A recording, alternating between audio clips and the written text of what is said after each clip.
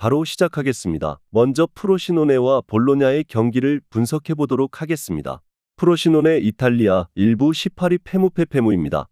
프로시노네가 올 시즌 모든 승리를 홈에서 가지고 오는 전력인 것은 맞습니다. 다만 이 양상도 상위권을 상대로는 통하지 않는 모습이 짙은 편입니다. 중앙을 쓰면서 과감하게 슈팅으로 이어가는 것을 선호하는 편이지만 아무래도 단단한 중원을 가진 상위권 팀을 상대로는 공격적인 모습보다는 수비적인 약점이 더 두드러지는 편입니다. 특히 프로시노네가 홈 원정 가리지 않고 6위 이상의 팀을 상대로는 무실점 경기를 치러본 경험조차 없습니다. 볼로냐 이탈리아 1부 4위 승승패승승입니다.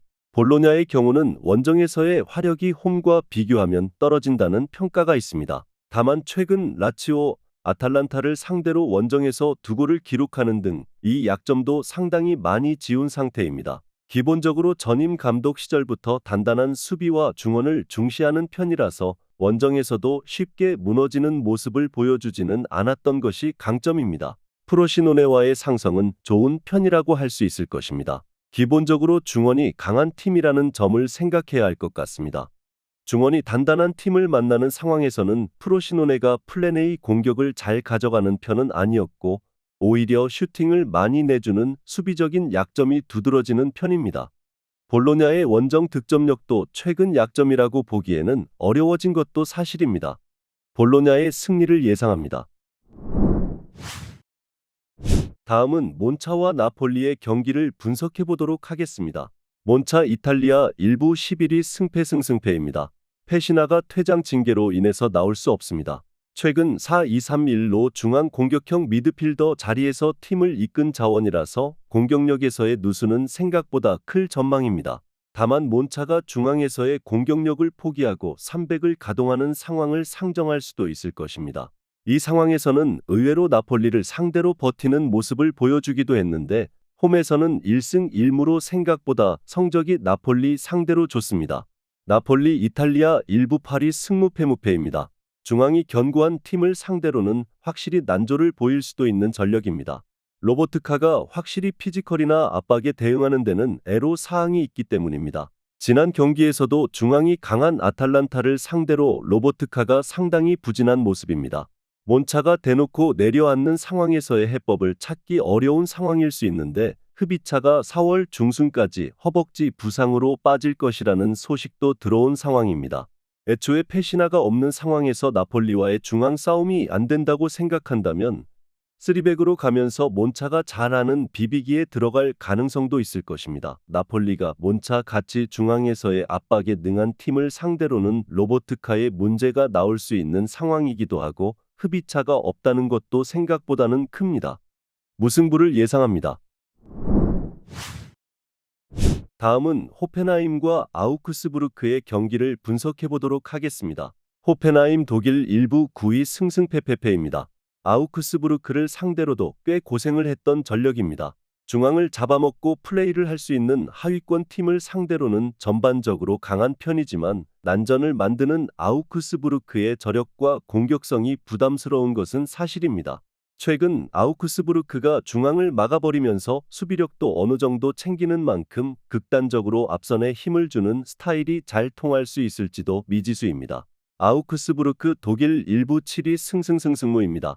지난 경기에서도 상대 공세를 한 점으로 막아내면서 무승부를 기록할 수 있었습니다. 지난 경기에서는 바르가스 데미로비치가 모두 없어서 무승부로 만족을 해야 했지만 이 두 선수가 돌아온다면 공격과 수비에서 의외로 괜찮은 밸런스를 보여줄 수도 있을 듯합니다.